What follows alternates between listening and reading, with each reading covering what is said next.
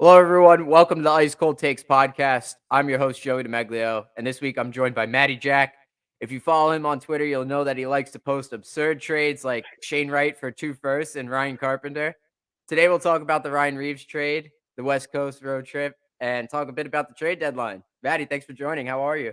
I'm great. Thanks for having me on. Yep, definitely appreciate it. It's great to be here. Yeah, you're on the same podcast as Kevin Weeks, so that's got to feel No big something. deal. Yeah, no big deal. Something um, light. Yeah.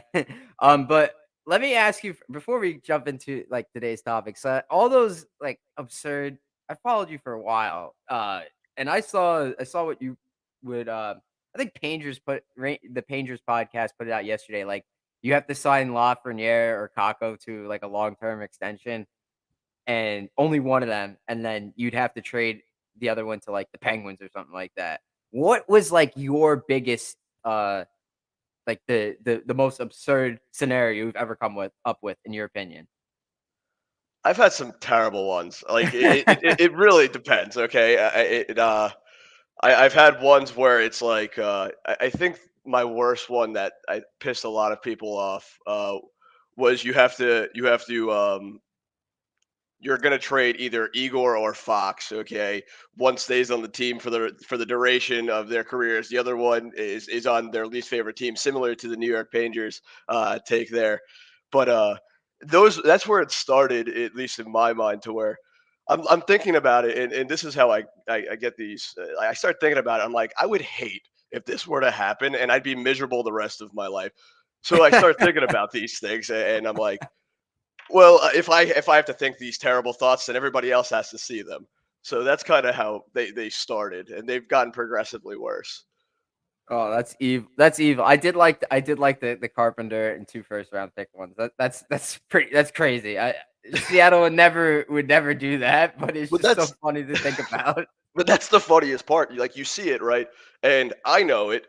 It the conversation doesn't start with 2 first rounds, okay, and Ryan Carpenter for Shane Wright.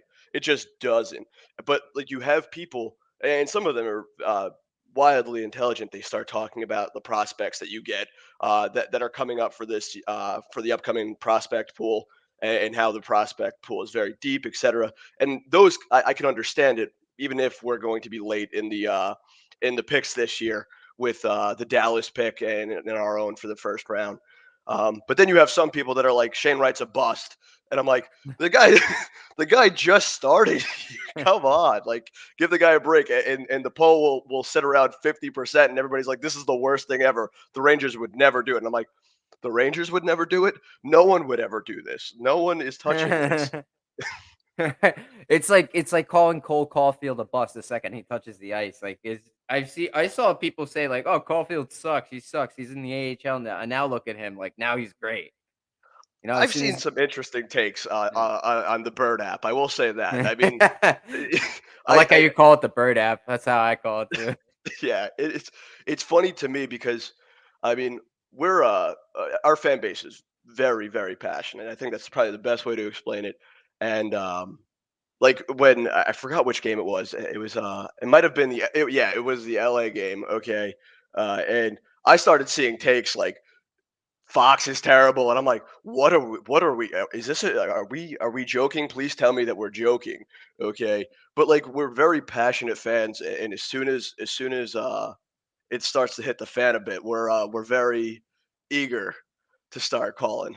So Yeah, I saw people talking about like Panarin. Oh, his 6-on-5 play, like at the end of the Anaheim game, left a lot to be desired. Like, don't you realize that's just a bad game? It's just like, oh, he sucks. Panarin's awful, and we're stuck with the rest of his contract. Like, are you kidding me? How could you say that? How could you say that? Like, honestly, the guy's like only gets multi-point games throughout his entire career. That's like the highest value contract the Rangers have ever handed out. Like that's the most like the well worth it contract that they've ever handed out to a player. Like it's Artemi Panarin. Like yeah, maybe Yager, maybe, but like Panarin has been worth every single penny. Like I don't understand. It goes back to what we were saying before, like when we started before we started recording, we were saying like in the moment we're watching these games and we want to see the Rangers win the game, right? So like the Anaheim game, very frustrating. They had all the chances. They completely dominated play, obviously deserved to win, but they didn't come away with 2 points. They didn't even force overtime. But when you look at the grand scheme of things, the West Coast trip, out of a possible 8 points, the Rangers got five. That's a pretty good road trip. Like Panarin, yeah, he had like one or two bad games, but like this season, he's been great. Like I think he's looked good.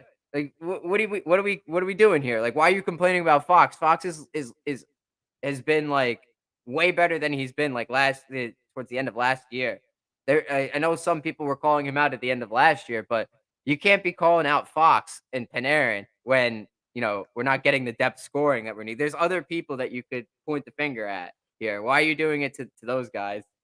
Yeah, it's definitely interesting. It's number one. Fox is I believe Fox is back to his Norris Trophy caliber. I do think Yep. that injury, what during the postseason, did affect it, and it was driving in from regular season into postseason. Yep. Um, but I do think that Fox is back to that caliber, and I still think that Panarin is going. I think he cracks 100 this year. I really do believe that.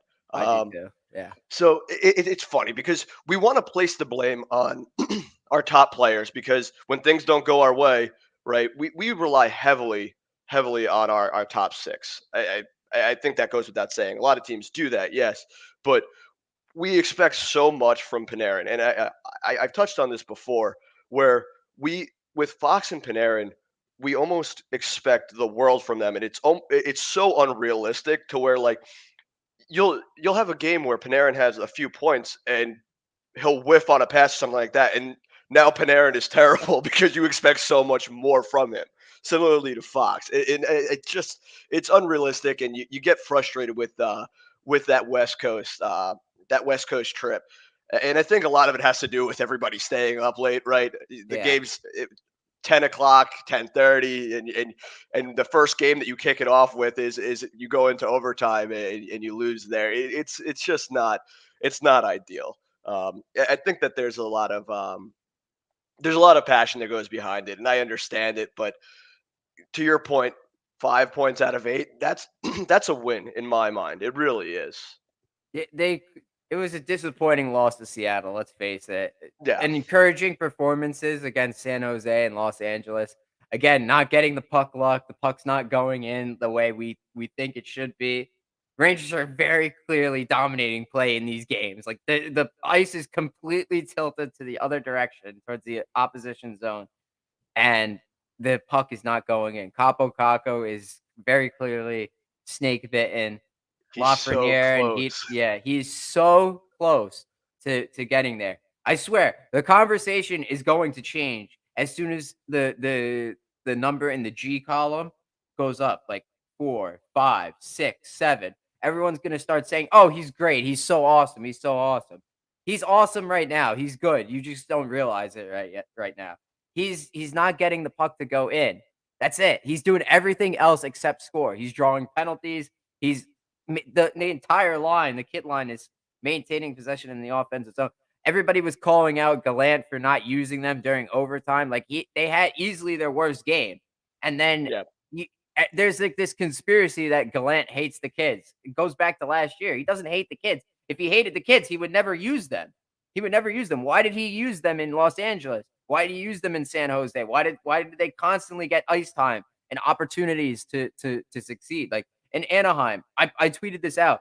Kako took a pretty bad penalty. If that was David Quinn behind the bench, he wouldn't be seeing the ice until the next game. That's maybe. maybe the Okay, next maybe. Like A- and I think that the Rangers and people fail to realize this a lot that the Rangers are in a very it's a great issue to have, but it's a precarious situation because you have these highly touted I won't even call them prospects anymore, but highly touted players, young players that entered the Rangers when they were finishing a rebuild and they were going into a contention window, right? So you have to keep in mind, and I give Gallant a lot of grief, okay, because everybody likes to blame somebody. You don't want to blame the players, you got to blame the coach, okay. You don't want to blame the team, etc. But he's balancing out the idea of winning, okay, and also growing these kids, okay, to where it's a balancing act. You don't want to give them too much. You don't want to give them too little. And I think that it's missed on a lot of people that that's still occurring. You know? The way that Gallant is using the kids is how they should have been used their first few years in the league. Like Absolutely.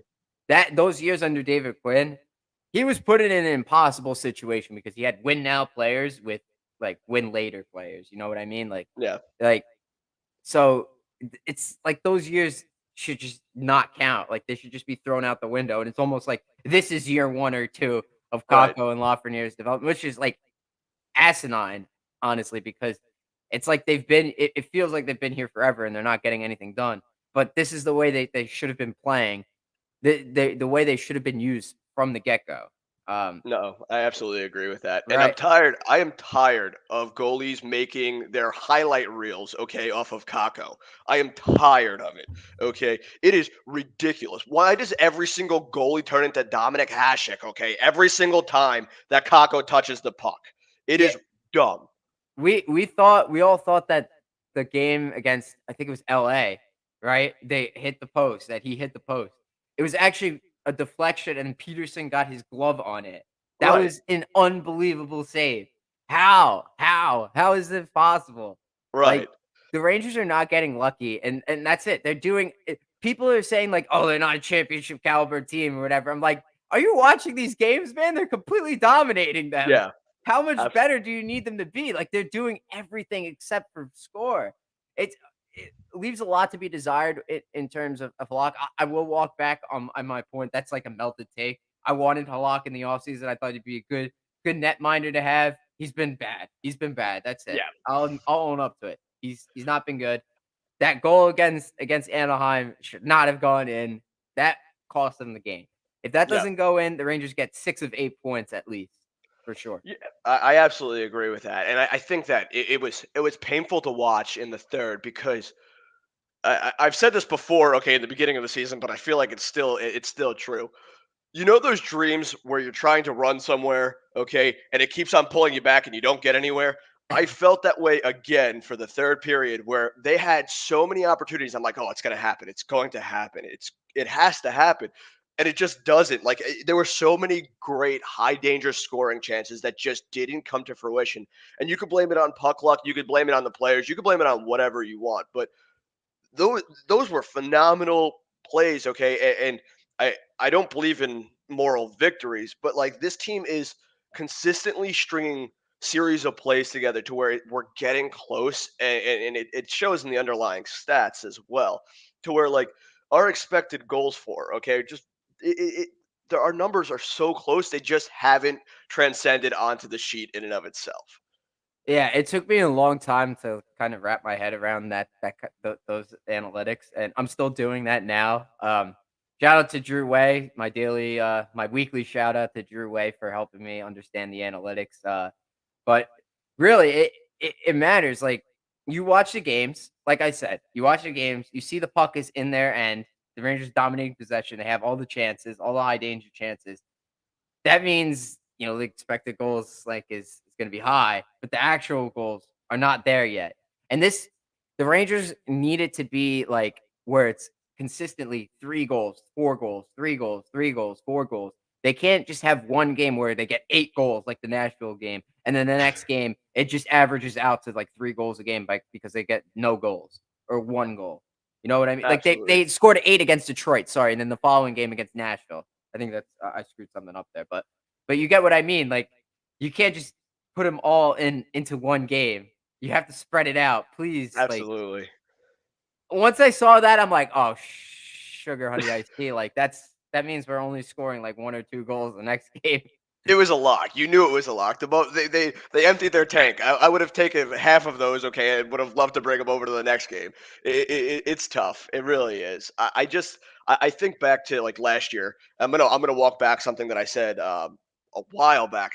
Like last year we weren't analytically good. No one Yeah, was no. gonna argue that our 5v5 numbers were abysmal. Okay, and I would always say, well, good teams find ways to win. Okay, bad teams find ways to lose. And now I don't feel that way anymore because we look we look so close to being good, but we have lapses, okay, in our games, right? There a period here and there where other teams capitalize on it, and I don't necessarily know if it's good teams find ways to win, bad teams find ways to lose, or if it's just bad puck luck, etc. But it's certainly it's not problematic yet. But if we continue this trend, it will be, especially with the metro tightening so Mhm. much this year. And I want people to understand, like, when we say, like, okay, good teams find ways to win, bad teams find ways to lose, and we talk all about this 5v5 stuff, like, it may seem like crap to the older viewer of hockey, but to me, it's not. I want my team to be like Colorado. You know, Yeah, I want to dominate possession the entire game. That's what we want. We've built this squad. Chris Drury and Jeff Gordon have built this team to where it's at because they wanted to be like that. They wanted to just not be like Rangers of old, where they get a few good chances and it's lucky to go, and then you just ride the goaltending. They don't want that. I don't think Chris Drury wants that.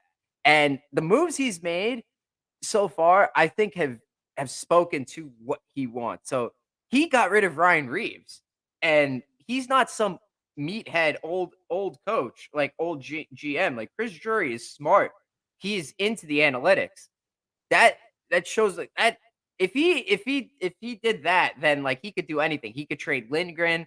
He could like fan favorites. Like he's not shy about that. You know what I mean? Like, and we could talk about the Reeves trade now. Ryan Reeves got traded to the Wild on what was it, on Wednesday, right? For yeah, 6th rounder in yep. 2025. So he wasn't in the lineup. He was scratched 7 of 8 games, and he had requested a trade.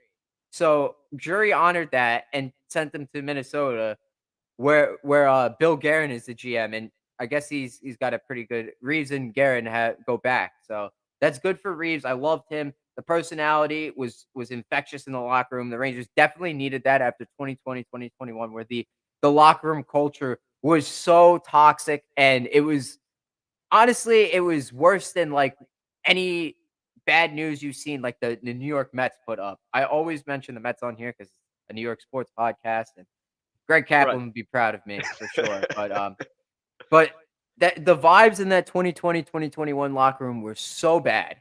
Horrible, absolutely horrible, especially after the Wilson incident. And I'm not gonna say like, oh, the Rangers only traded for Reeves because they needed to fight Tom Wilson. Like, no, the Rangers needed Reeves to inject personality into this team. Now we have a squad. Now we have culture and personality on our guys. He did his job, and maybe it was an oversight to offer that extension so quickly. Maybe you should have waited until the end of the season to see what he needed. Gauthier completely outplayed Reeves and is completely deserving to be in the lineup. If the Rangers were all meathead coaches, like the old boys club coaches, Gauthier would not be in the lineup. It would be Reeves in there every single night. But Reeves hadn't been in the lineup. So that tells me that they're willing to change. And that's a good thing. We want our coaching staff, our front office management to be willing to adapt to today's game, which is focused on speed and less on physicality. And Gauthier brings speed, Reeves does not. He brings body checking and personality. And $1.75 million was not worth it. Yeah, it's tough.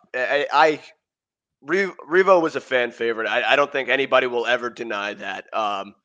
But Reeves made sense to your point. Okay, the turnaround that Reeves did for the team from a personal standpoint, right? From the locker room standpoint, I think was tremendous. Okay. I remember when we signed him, okay, and they were going over like what it was during practice and Reeves is showing, I think it was Lafreniere how to fight. Okay. It's just Yeah. those funny things, okay, and you're like, oh, this is gonna be amazing. He was wildly personable. And I think that the Rangers needed it. And I would have loved for Reeves to stay on the team, but it just didn't make sense anymore. Um, we're at a point now to where we need our bottom six to have that speed, okay, to have that drive, to be able to lay the body a bit, which Reeves does. Make no mistake about it, okay. But his defensive lapses that came with it, you can't look over them. And I think the most important part is the cap space, right? We were carrying, I believe it was 23 we were carrying, right? So we're getting to a point with this where we need it's wildly apparent that we're going to need something that extra push for the trade deadline, and carrying that many players was going to be detrimental. And I think that Vince Mercogliano, big fan of Vince, hi Vince, Yep. if you're Yeah. listening, Shout out to Vince. I think that he had it to where we're going to be with Reeves off the team now. We're going to be sitting somewhere around 6 million with the cap accrual at the trade deadline, somewhere along the lines of that. And I think that that's going to be instrumental for our push. I think it's going to be huge. Whether it's a guy that's a rental or whether it's somebody that stays on the team, we'll find that out, okay, during the trade deadline. But I think that it's necessary because you don't know what's going to happen. Injuries do occur, okay, and if we have a defenseman that gets injured, that doesn't go on like LTIR or something along the lines of that, we are going to be in serious trouble. We saw it when Lindgren came out. Yep. And I this these are some good points here. I mean, good start to the show here. Shout out to Vercogliano for the cap accrual help. And you know, the talk has always been about should the Rangers go after like Patrick Kane with this cap space. You know what I mean? Like you'd have to get a third team involved. But now if you're saying $6 million is going to be available in cap space, there's a number of options that they could go with. There's a lot they could do. They could go after like two, maybe three, like bottom six pieces. But again, I don't know if who's out there. I don't know the best pieces. I know Dominic Kubalik would be a good fit. Would be a good player to have in the bottom six. The guy he scored 30 goals before. Having a guy like that, proven goal scorers in your bottom six. Yeah, it's nice to have defense, but Ryan Reeves did not generate any offense at all. Like No, you talked about his defensive lapses. He was just near non-existent in the right. offensive zone. Compared to like last year, the beginning of last year, that fourth line did pretty well. I remember they got a lot of chances, a lot of scoring opportunities, a lot of offensive zone time, and I thought it was going to hold up well. It did not, unfortunately. But right now, the Rangers' fourth line has done pretty well, and I think that's mostly due in large part to Julian Gauthier being in on the forecheck, wrecking havoc, always drawing penalties. A guy like Sammy Blais, I feel like is outclassed. Like that, I think there's guys that are going to be available that are better than him that could provide the same physicality, more speed, and have goal scoring. Like Kubalik, I would swap Kubalik for Blais. I think that's something you could look at. With the Rangers cleared $1.75 million in cap space, so the accrual process could start now. Now that there's 22 of 23, so then there's also the idea of Kravtsov too, because he hasn't been in the lineup, and I think the the guys have been playing well enough. I don't think I did. I say all the I talk up I hyped up Gallant for not being like a typical meathead coach, but he's not going to take Sammy Blais out of the lineup. No, no, I don't think so. I'd agree with you on that. It's tough, okay, because again, we go back to well, we're trying to win right now, and there's some continuity that's building, right, with the team to some extent. I mean, we're talking about 5 points in 8 games. I mean, not 8 games, 5 points out of eight, rather, 5 points and out of 8, yes. yeah. So, so we're trying to build that continuity, and you're not going to pull Gautier out right now, and it's tough because you with Kravtsov, I think that he deserves every single opportunity, and I know that the fan base is split on this. Okay, Mhm. whether or not he deserves it, okay, but regardless, it needs to be done. You have to get Kravtsov in there because if you're not, even if we don't have a happy marriage with Kravtsov, we're going to have to boost up his sell, okay, Yeah, to yeah. offload that. Regardless, you need to do that. He needs to get that ice time. He needs to show what he could do. If it works out and it jives perfectly, even better for us. But we need to be able to show his capabilities so we could sell him, okay, at the trade deadline if need be. Yeah, you have to build up the trade value, like, I mean, right now, he could probably get a pretty good return, but let's say you put him in the lineup and he does well, and, you know, but there's still no room for him. Like they still don't feel like he's good enough to crack the lineup for whatever reason. Then it's best to trade him. I think you could use him in a package. I would not trade Capo Caco or Alexi Lafreniere for Patrick Kane. I would No. trade Vitaly Kravtsov though for Patrick Kane. I would include him in a deal for him. I wouldn't even look twice, okay, if that Yeah. I mean, we could discuss trade packages. I think that it would I think that it starts with a, realistically for Patrick Kane, I think it would be a first round, Kravtsov and then a B-level prospect, maybe a Berard, not Bedard, but Berard, Yeah. type prospect. Yeah. Yeah. So I think that I think that that's something that could be looked at down the road. And I don't have an issue with offloading Kravtsov because we haven't seen what Kravtsov does. Now I'm happy to eat my words on that. I want to eat Yeah. my words on that. Yes. I want to be wrong, but I think I just don't see the longevity with the Rangers with Kravtsov. It's tough. It really is. You hate to see it because everybody wants their young players to thrive, and Mhm. I just don't think that it's coming to fruition. And I think that sooner or later it's going to have to happen. Look, at this point in his career, the Rangers are still giving Libor Hayek every opportunity to get in there and prove his value. Like it's ridiculous, it's crazy, and he's done pretty well so far this year, Libor Hayek. Like I haven't been pissed off with this game as much as I've had in the past 2 years.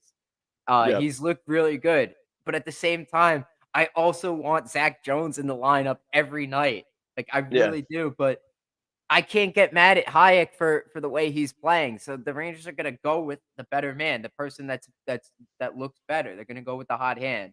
Like honestly, I think Jones is gonna get taken out of the lineup for the next game against who we playing? I forget who we're playing. I think I we're believe it's Edmonton. I could be wrong. I Edmonton. think we Yeah, play Edmonton Edmonton. tomorrow. No, Edmonton. No, you're right. You're right. We're playing Edmonton tomorrow at 1.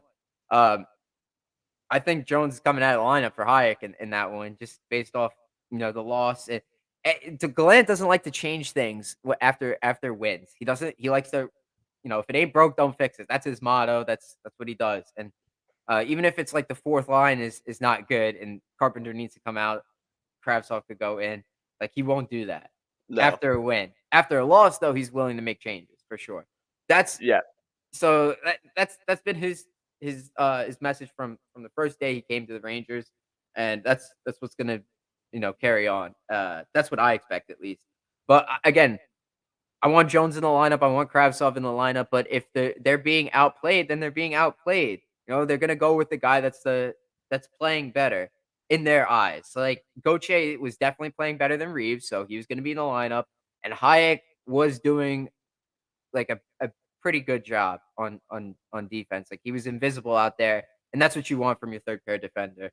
If he's invisible out there, it means he's doing his job, and he was doing it. He's doing a really good job, Hayek, and hopefully he could turn it around and get back to where he was like when he first came up with the Rangers. Remember like when he scored that goal against the Devils, like that first 18-19, that was like a less than 10 game stint.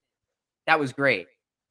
it's tough with Hayek because I like last season. I would say, um, it was great if I didn't notice him. That was the best case scenario. But again, we're having good issues here with those choices. I do think that Jones is a better player, but I think that not right now. Like right now, he is not okay, and I can't fault Gallant for what he's doing right now. He's playing the better player, and it's one of those things to where you get the fan favorites again. No one wants to see. This sounds terrible. I'm going to sound bad about this, but no one wants to see Hayek in the lineup. No one wants to see him there. Okay, I don't want to see them there. I'm sure that you don't want to see him there. But if he's playing better than Jones, then what are you supposed to do? It's tough. Right. That's it. No, you're dead on right there, actually. Like that's the thing.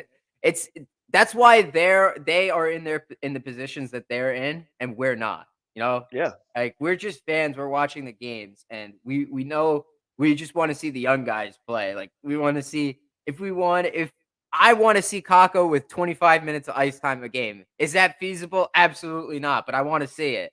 right. Like so I'll settle for 15 minutes ice time a game. Fine, for Yeah. sure. especially with how he's playing. Like the younger guys, I think they're waiting for them to prove that they're better. I'm sure they know that they're better. They want them to prove it. Maybe that wasn't the case with between Braden Schneider and Niels Lundqvist, because I did see a lot of people saying like, "Oh my gosh, look at Niels Lundqvist! Look what we could have had this year." With our prospect luck, do you really think that he would be as good this Well, year as he is on the Stars, like on the Rangers? Do you think he would be that good? I don't think so. well, I think it's we're just also that cursed. he wanted to drive the power play. You really think that he's going to drive PP1? You think that he's going to Oh do that with Adam no, Fox there? no. Like you have to think about it. Okay, what was he going to do? Where was his role? And I think that Lundqvist was head and shoulders above Schneider. I believe that. I know that might be a hot take, okay, but I really do believe that.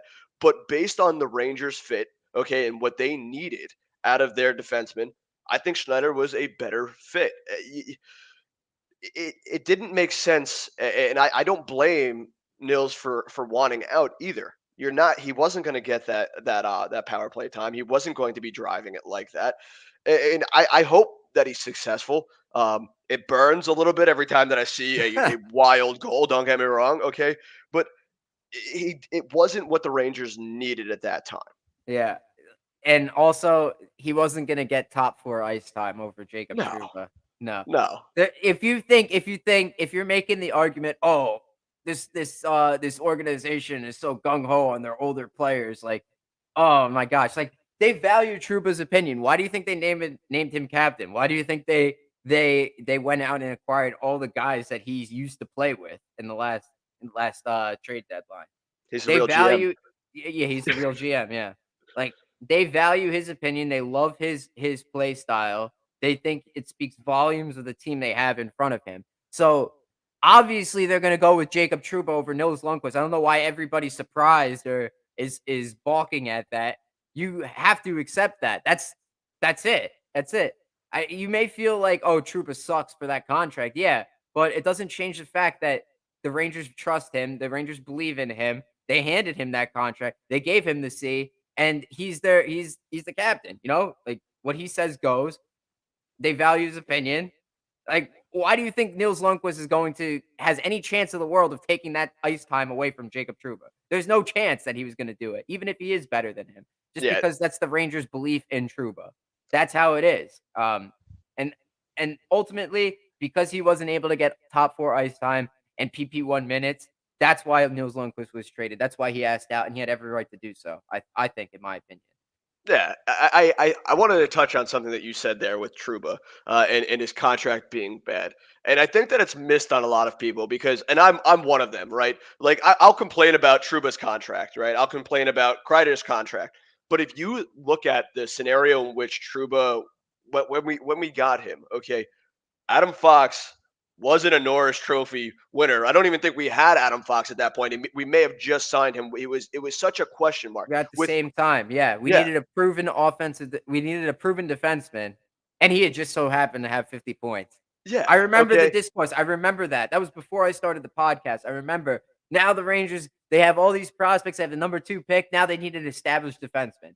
And Jacob Yeah. Trouba was available, and that was the guy. And you look back at the contract, and at the time it made sense. And even with the Chris Kreider one, we needed Kreider because Lafreniere wasn't there yet. We didn't have Lafreniere yet. So you look at these contracts, and yes, hindsight is always 2020. But if I were to look back at these things, they made sense. Are they panning out verbatim how we saw them or how we wanted them to pan out? Probably not. But you can't get mad at the organization for doing at the time what they thought was the best thing for the team. It's tough. No one knew COVID was coming. No, no. No one knew the cap was gonna stay at $81.5 million. That just completely screwed the entire process. If the Right, Rangers had known that, I guarantee you Kreider would have gotten $4.5 million and Trouba would have gotten $6.5 million. right. Those would have been the contracts there. You're not gonna give $8 million when you know for sure the cap is not gonna rise. You're looking further down the line. Gorton was an incredibly smart GM. Of course he would be thinking like that. Why would he give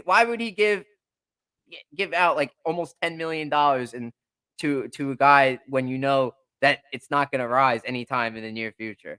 He definitely no one knew. Everybody knew figured that it was gonna go to $84.5 million, and it didn't. And we're stuck at 82.5 million or whatever it is, $83.5 million now. So the Rangers are caught between a rock and a hard place or whatever, and they have to deal with it. There's nothing you could do about it. This is what we got, and they're gonna make it work. So just stop complaining about Trupa's contract being, oh, he's so bad. Oh, he's a pylon in the defensive zone. Like, just listen.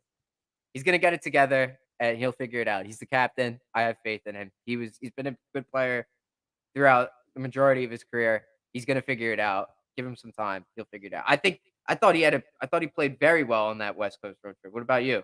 I think so too. And the only qualm that I have with Truba as of right now, and it's not so much it's definitely a qualm with Truba, but it's a qualm with hockey culture. I think it goes without saying that he's playing injured. Okay, Joe talked about it Yeah. during Yeah. the Rangers leave little crumbs, okay, for you to understand what's going on. We think that he has a lingering injury or something along the lines of that.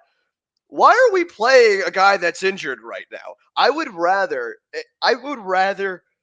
keep him out of the lineup for now. Okay, get him healthy. A healthy Truba, okay, is much better than an unhealthy Truba, and we would be mitigating all of this flack right now. And I think that when we get into those scenarios, you can go either way. But Truba Truba's receiving a lot of flack for playing for how he's playing, but he's also I really do believe that he's playing injured, and the amount of maintenance days that he's taken, I think that he's considering how like that he might be injured. I think he's playing pretty well.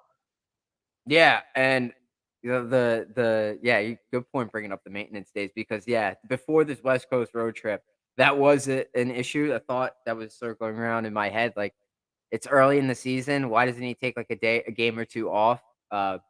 And maybe he's starting to feel a little bit better, but I still think I'll agree with you on that.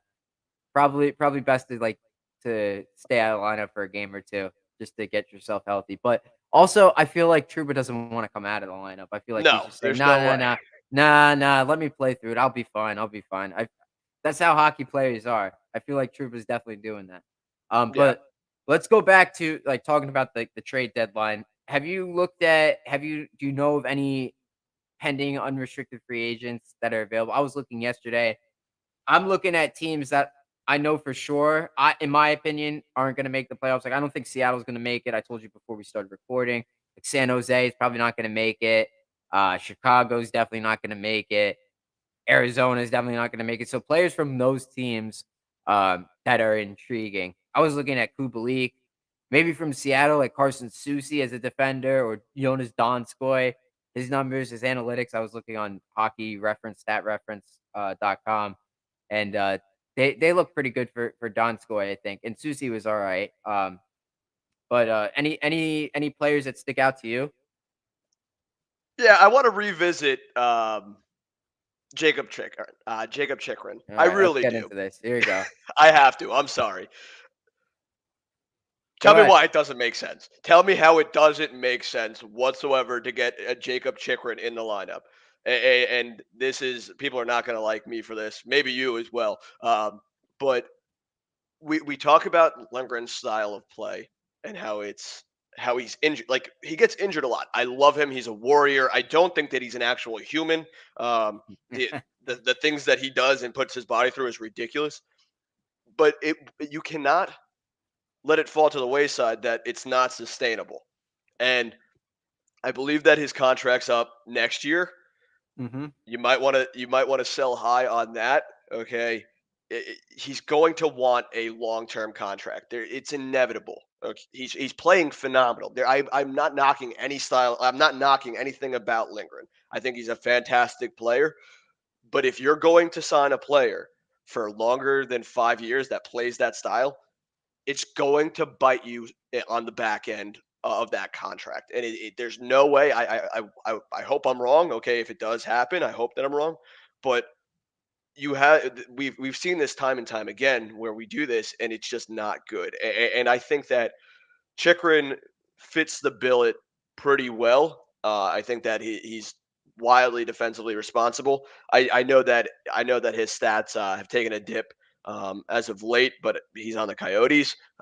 So I think anybody on the Coyotes, their stats would dip a good bit. But I do like Chikrin. I think that Chikrin, in my mind, um, especially considering the playoff push. Um, it would be a home run for us. I think that we would be a defensive powerhouse more so than we are right now. If the Rangers trade for Jacob Chikrin, we might finally see Fox Miller as a pair. Might Yes. finally. Yeah. Yeah. And also before I chime in on the Chikrin and stuff, like I said, I thought Keandre Miller is gonna have a breakout year and being like an all-star and have all these points and stuff. We haven't seen that yet, unfortunately. I want to see him break out. I hope he can. Last year, I think in regards to this discourse, I was saying that I would rather trade Keandre Miller. I may have said that. I don't if I did, I'm going to like yank that back right now and say like no, no, no, no, no, no, no, no. Let's not do that. Please. Like I love Lindgren as much as anybody and the Rangers, again, it's like the Reeves thing. The Rangers do better with him in the lineup. I think you were saying this before we started recording. Like, um, the Rangers do better with him in the lineup. You want him in there. But if you look at history, I've also brought this up a number of times on this podcast. If you look at history, Rangers had Girardi and Mark Stahl, and they had chances to keep like guys like Anton Strawman or Keith Yandel, and they chose to stick with Girardi and Stahl. Maybe Strawman is a stretch to include in that conversation, but Girardi or Stahl over Keith Yandel, and Yandel was the offensive defenseman who stayed good for like 4 or 5 more years with Florida, and Girardi and Stahl fell off rather quickly after like maybe 2 or 3 years. So, um, at this point in Lindgren's career, he's 24. He's got 2 years left, so including this year, his contract's up at the end of next season with $3 million. Chikrin would be I think it's like 4.75 million for Chikrin. Is that right? Yeah, I believe so. Yep. Okay, so I remembered it correctly. That's a significant upgrade, like because he brings the offense in addition to the defense. So you may not see Chikrin like, bleeding every single night like Lindgren is. That's a one of a kind of player. But I do think if the Rangers make Lindgren available in a potential package for Chikrin, nobody else is going to be able to top that package, and Arizona will have to accept whatever the Rangers are offering because Lindgren is just a special player. It's tough. Again, it's that mindset when we're in the moment where we're watching going game by game. We see what Lindgren's able to do on the ice. We see him block shots, take a beating, be so good defensively. We don't want to get rid of him. He's one of our favorites. He's a fan favorite. But then when you look at the grand scheme of things, do you think he's gonna age well? He's 24 now. He'll be 25, I'd say 25 by the end of his next contract. So he's gonna ask for a good like a 5, 6 years. Are the Rangers willing to do that? I think Chris Drury, because he showed that he's able to trade Reeves, he could trade Lindgren too. And if he does trade Lindgren, then he's clearly not a meathead old boys club general manager, and he's one with the newcomers, which is what we want. We want to have one of those GMs. So yeah, I'll agree with you. I think the Rangers should include Ryan Lindgren in a package for Jacob Chikrin as of right now. I will say this though, and I'm going to take it a different avenue as well. Why trade Lindgren this year? Why not trade him next year? Right? Okay. He still will have a year left with us, right? And all of a sudden, so now we have Chikrin. We still have that. We have that the 6.1 of cap accrual. I see. We get it. We get Yep. it to where something along the lines of even if it's Vitaly Kravtsov, okay, first round, similar to we're talking about the Patty Kane trade. Um, do something along the lines of that, and now we have a good problem to have because now we have Lindgren and Chikrin.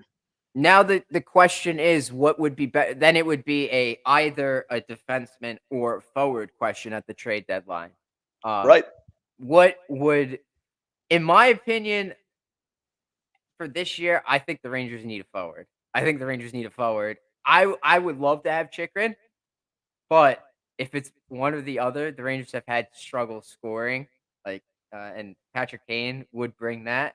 And I don't know. I don't. I know I said that there's probably guys available that are better than like Sammy Blay, but if if it's like leaves a lot to be desired, like Kubalik or not Kubalik, Donskoy. If like Donskoy is the best option out there. Again, I haven't done too much research into it. Maybe people could correct me if I'm wrong. If Donskoy is like the best player available, I doubt that he's like one of the best players that's going to be available. That's 1 year left. That's a bottom six forward. I would go after Patrick Kane, honestly. Like I've bounced back and forth on it, but if you don't have to give up Kako or Lafreniere, and you could afford Patrick Kane just for the 20 games plus the playoffs, I would do that, and then go after Chikrin in the offseason. Yeah. That's kind of combining both conversations that we're having. You're saying wait till next year to trade Lindgren and go after Chikrin right now, um, and then move on from Lindgren, and then not worry about the forward at all. And then also like now we're talking about getting the forward right now, and then taking that Lindgren trade that's for next year and having it be in the offseason, but for Chikrin. Right. Right. They I could do think that. I think that either scenario, I think that everybody, it's apparent where our flaws are, and we people may differ on what the point of emphasis is. It might be defensive, or we need a goal scorer, someone that'll actually shoot the puck. Besides Jacob Truba, um, I just think that we're now we're now in a good scenario. We're in a good situation. It's a good problem to decide what we need, and that 6.1 is going to really, I think, benefit us tremendously. And if Drury performs the same way that he did last year's trade deadline, I know that he had a lot to work with, but I don't think that he missed once No, on at any of all. those trades. Yeah, no, he was that was an absolute masterclass performance by Chris Drury at the trade deadline last year. That was absolutely incredible. Like if he could somehow, some way bring back Tyler Mott again this year, I will dance in the streets. Like that would be awesome. If the Rangers could that's the one guy that I know for a fact would be a great bottom six addition. You have Gauthier, the way Gauthier is playing this year, and then you put Tyler Mott on the on the other wing on the same line. Oh, that's gonna be some trouble on the forecheck for the other teams. Like you better not have your fourth line out there if you're playing against Gauthier and Mott. Like those guys would be those That's guys could do tough. some damage. Those they could do That's some tough. damage.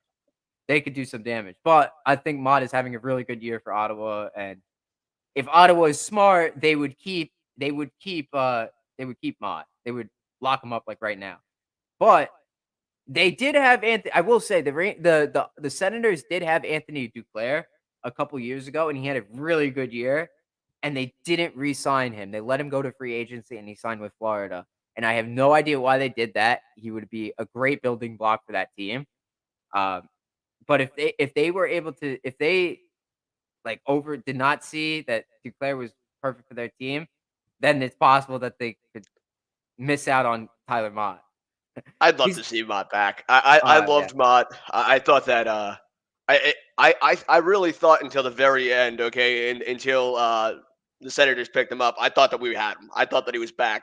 I was trying to make it work in my mind how to keep him. I think everybody was. He was his contract was inexpensive, and comparatively to his performance, the contract to performance ratio, it was just Oh dumb. my Like god. it didn't make sense not to keep him. It killed me when we didn't keep him. It really did. So Yeah, yeah, yeah, honestly. And then again, like I said, it was an oversight to give Reeves that extension a year early. It was an yeah. oversight to do that. So if you want to talk about like bad moves Drury's made, obviously the Buchnevich trade was he fumbled it. Yeah.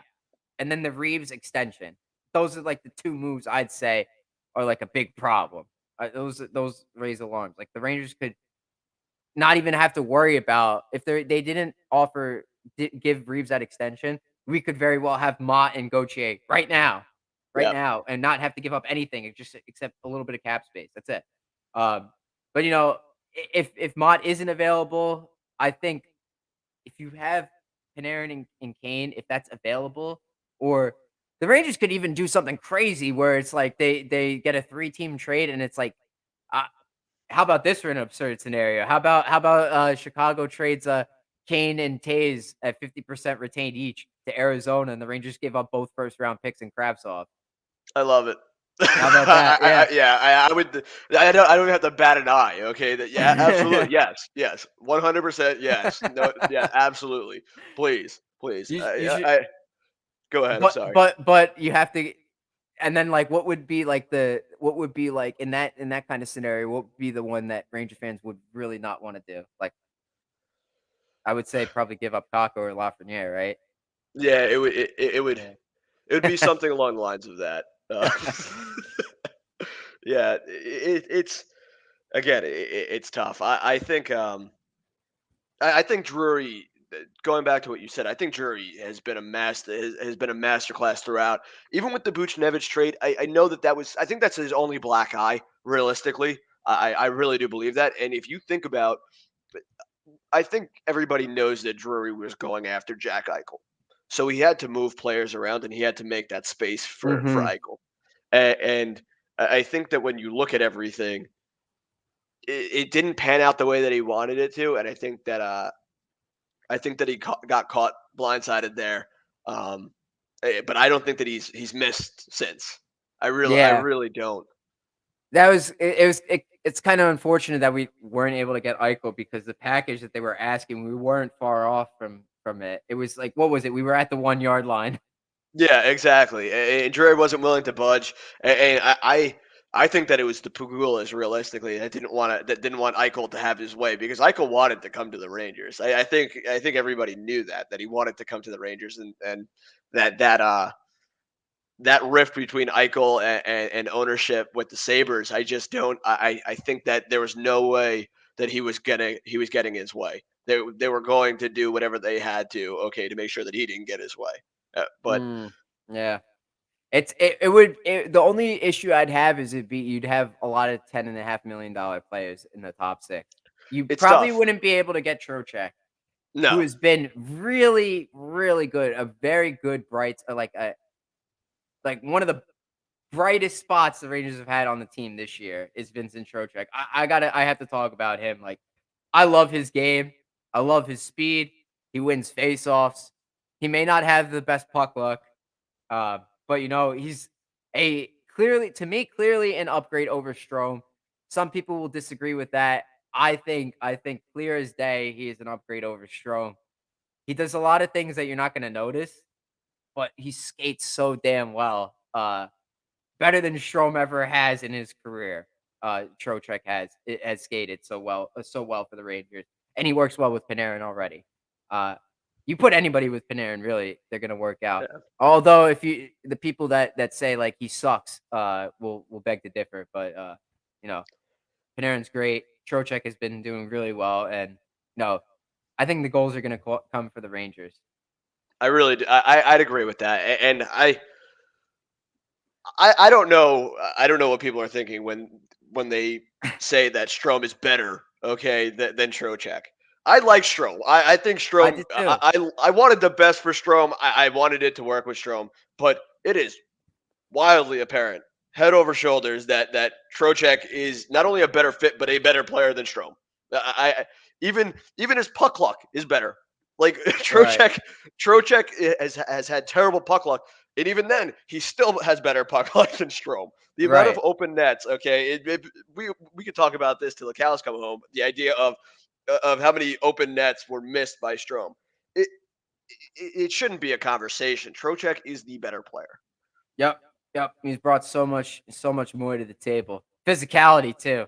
Like, Yep. you talk about, like, the older crowd of fans that wanna see the body checks or whatever. He gets in there on the forecheck. He gets in there. Like, that's Panarin's puck retriever right there. That's we talk about, like, "Oh, who's gonna retrieve the puck on the line for of Panarin?" That's Trocheck. That's Yeah. Trocheck to a T. Like, that's his game. He could do that. He could do that, and he's a shooter. He could shoot. He does everything. I didn't think he was gonna be like, I thought he would be like a 40, 50 point guy. With Panarin, he could be a 60-point guy if he starts putting the puck in the back of the net. Yeah. I'd absolutely agree with that. I also think when we all do this where Rangers aren't firing on all cylinders, and all of a sudden we start talking about the amount of line changes that we could do. The lot like I also love the Yeah. idea of I've seen it so many times, but Heedle is on the cusp of being a 2C. Um, Oh my gosh. Yeah, he looks really good. He I does. love Heedle personally, so I'm wildly biased. I'm gonna have terrible takes throughout all of this because Heedle is my second favorite player on the Rangers. I just think that he looks so good. I think he's so close to being even better. So I would like I'd love to see a more balanced line to Mhm. where Heedle even try it for a game. Just try it. I'm not saying do it, okay, and keep it forever. If it works, then fine, okay. But have Heedle on 2C and have Trocheck on 3C, where you have a more balanced line. Put Kreider on there as well, okay, on that Kreider third line. Kreider, Trocheck, and Gauthier. Oof, that's That'd a be like, romp 'em, come stomp 'em. on, That's that a is disgusting. romp 'em, stomp 'em, third line there. Oof, Yeah, that's nitty-gritty third line. Like, this if Kreider plays the way that he's good at, like, just straight lines up and down the ice, the way Larry Brooks always talks about, like, that's an effective third line, man. That's what I wanna see. Like, and yeah. you also brought up, like, how Hedo is, like, right there. In terms of being, like, right there close to breaking out, it's Kako number 1, who is, like, literally an inch or 2 away on all of his chances, uh, from breaking out, and then right there is Heedle. And then a little bit further down the list is Lafreniere. He looked a lot better when he was playing with Panarin and Trocheck, but has been a little less noticeable in my opinion.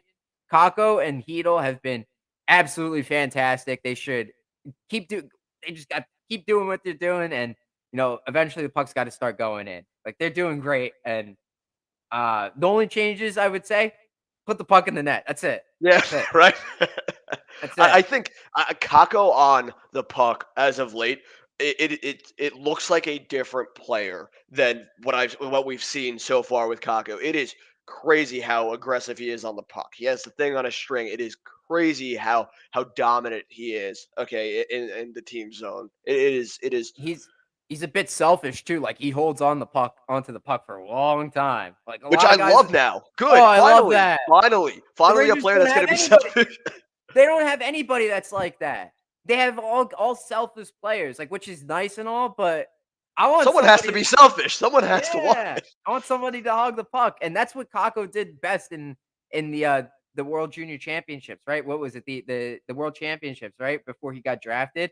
Yeah. That was, like, the best performance we had ever seen out of a player in that tournament, and we're starting to see him control the puck the way he did. Maybe not put up the points like he did there, but hopefully it's coming soon.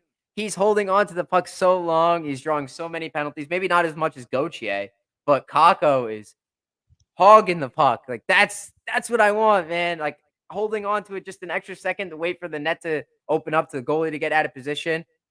He's not goalie can't make the save like that every single time. Come on, man. Not Like, a that's a shot. once in a lifetime save there for Cal Peterson.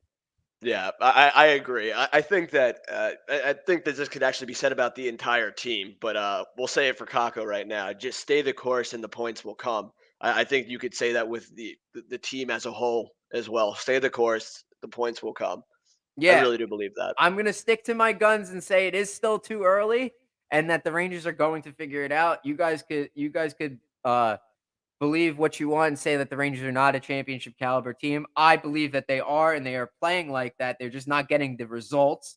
And you like we said earlier in the episode, you know, good teams find ways to win, bad teams find ways to lose. I don't think the Rangers are really like shooting themselves in the foot per se. Maybe with the Halak goal, that's a puck that needs to get stopped. But recently, I won't include the Seattle game because, I mean, the effort wasn't good enough. But since the second period against LA, that was good. Yeah. It's been I great. I definitely agree with that. It's been great. I think that this team is, to your point. I think that they are that. Okay, I think that it is far too early. And don't get me wrong, you'll see garbage takes on my Twitter all the time. Okay, about how pissed off I am that we lost. No one likes losing. I'm right. I don't think any Ranger fan's gonna go. No, I love it. It's great. I love losing. Everything It is my favorite thing. everything is better when you're winning, but continue. Yeah. Yes. No, absolutely. Okay. So like it is so early in the season. Check in on me in January. That's when I'll start to formulate if we're in the same situation to where like we're on the cusp of the playoffs, okay, that's when I'll start to get concerned. That's when I'll start to get concerned. I'm not nervous yet. Mhm.